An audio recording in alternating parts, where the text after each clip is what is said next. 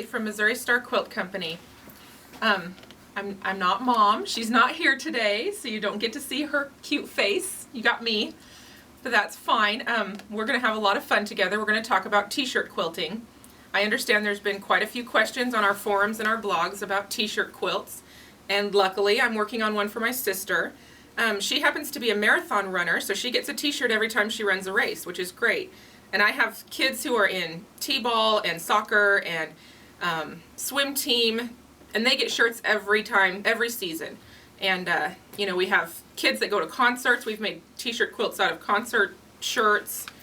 Really, there's a lot of things in life that we get a t-shirt for, and what better way to preserve those memories than by putting them into a quilt. So today we're going to walk you through that step by step and show you how it's done from start to finish, and it'll be great. So to prepare our t-shirts, we're going to want to cut. We're going to cut out the part that we're going to use. So that means we're going to cut along these seams right here. We're going to cut off this part right here, and we're going to cut it down about here. We want to have enough space that we can trim it up and square it. And so that is how we're going to prepare these t-shirts. We want to separate the front from the back so that we just have the usable part of the shirt that we want to use in our t-shirt quilt. So I just cut right here along this side seam. It doesn't have to be pretty. You're going to square it up later. And, you know, preferably wash your shirt so you're not cutting through stinky armpits and, you know, things like that. So we just cut that off, and then we cut it down here a ways so that we can have enough space to square our t-shirt up. And then I'm going to cut these little side seams just on the fold.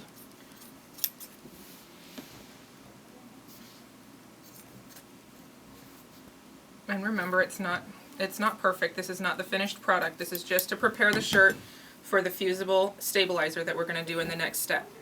Okay, so then you just have pieces like this. You want to get all your shirts done at once because that just makes the process faster. Alright, okay, so to stabilize our t-shirts, we're going to use this great product. It's a Pellon Fusible Featherweight, and you can purchase it by the yard on our website.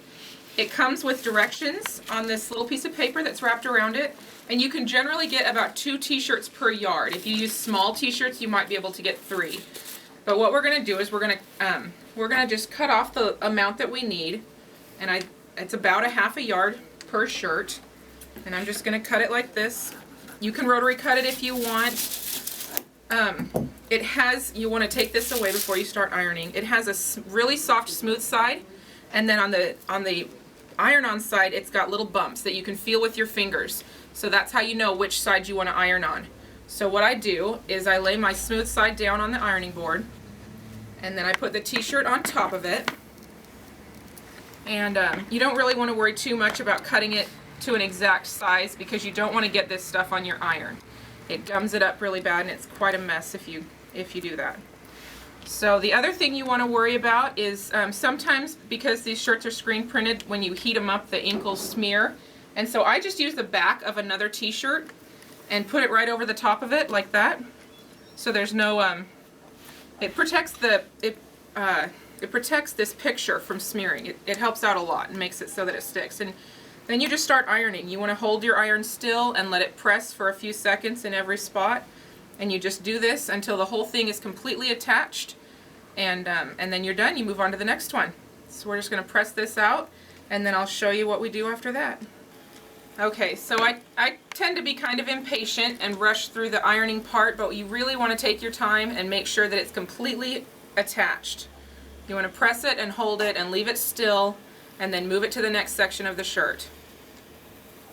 And you can check it from time to time and see this one is sticking, which is really good. That's what we want. We want it really securely attached, because then when you quilt it, it's not going to come apart and separate and cause puckers. Alright, so we get rid of that one, and we pull this over to the cutting mat. We can double check. It's completely attached up here. You can see that it's got a good adhesion. Alright, so I'm going to use my my square ruler. This is a 12.5-inch square, and I just kind of eyeball it. I look at it, I see that we've got about the same distance on either side. I try to make sure the bottom is lined up straight, and once you feel like the pattern in the middle of the ruler is square and centered, then you just start trimming it. And I just make a little cut here and trim up the side. And I'm going to slide that over a little bit. Trim it on this side. And then I turn it.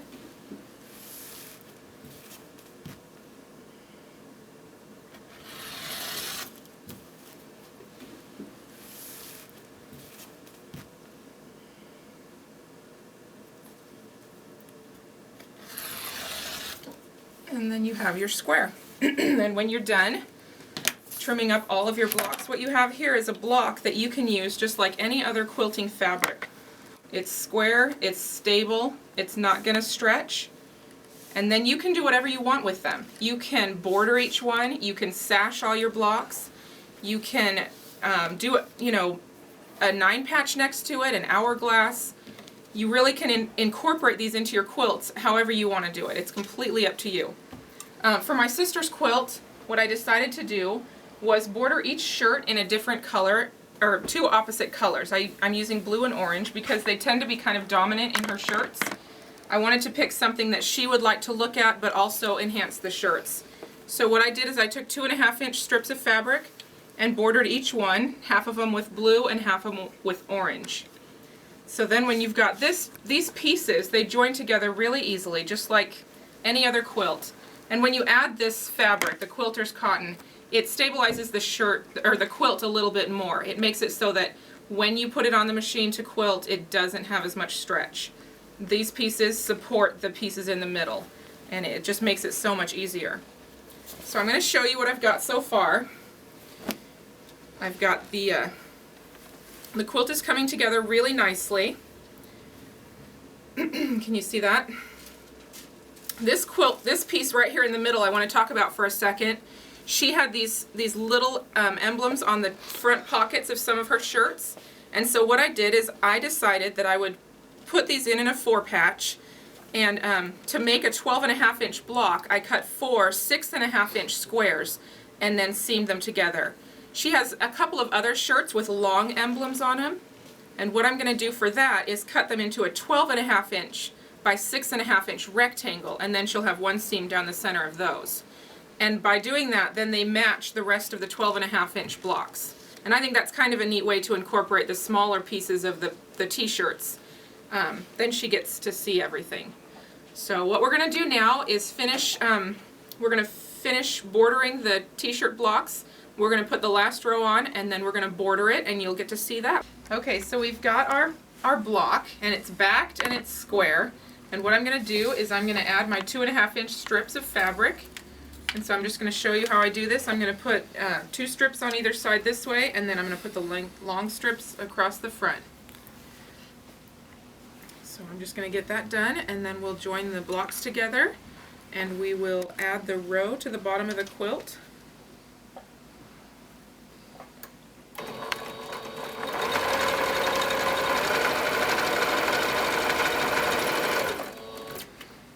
And I use a 1/4-inch seam just like every other quilting project that I do. It's always worked out just fine. And I'm kind of taking a little shortcut here rather than pre-cutting my strips, which you could do. You could cut them to 12.5 inches. I'm just going to slice it off and put it on the other side, because we take some shortcuts around this place, if you haven't noticed.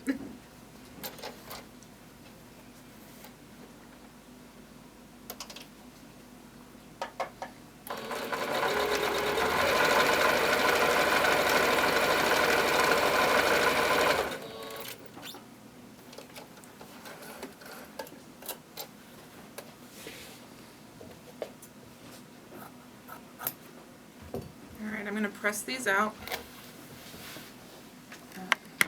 I'm not going to get the iron on the pattern at all. I'm just going to press these open so that I can sew the other pieces on the ends. And it takes about 2 strips to do one t-shirt. This one strip is going to fit on 3 sides, so I'll need that extra second strip to do this long piece right here. So 2 2.5-inch strips with the fabric for each 12.5-inch t-shirt block. We're almost done. Okay, so we're just going to finish sewing this block. I'm going to trim it and press it. Then we're going to join our 3 blocks together. So I'm just going to slice this right here. Make sure it's straight because that matters.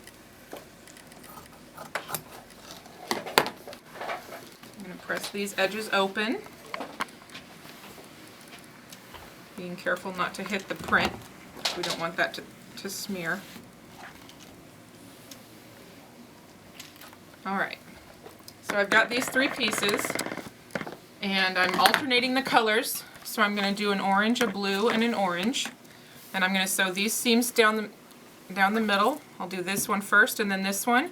And then we'll join this row to the bottom of the quilt. So meet me back in just a minute and I'll show you how that's going to look. Okay, so we've got our quilt, our squares sewn together. And what we're going to do next is we're going to take these 3 squares and we're going to join them to the bottom of this quilt. This is our last row. Whoops. And it's important when you alternate your squares that you match up your seams. So I'd recommend pinning them right here at the seams and stitching those down so that you don't have any gaps or any offset seams. So then when we're done with that, what we're going to do is we're going to take it and have it machine quilted. And I just want to show you this one. I put this together for my son. He wanted it done in his school colors.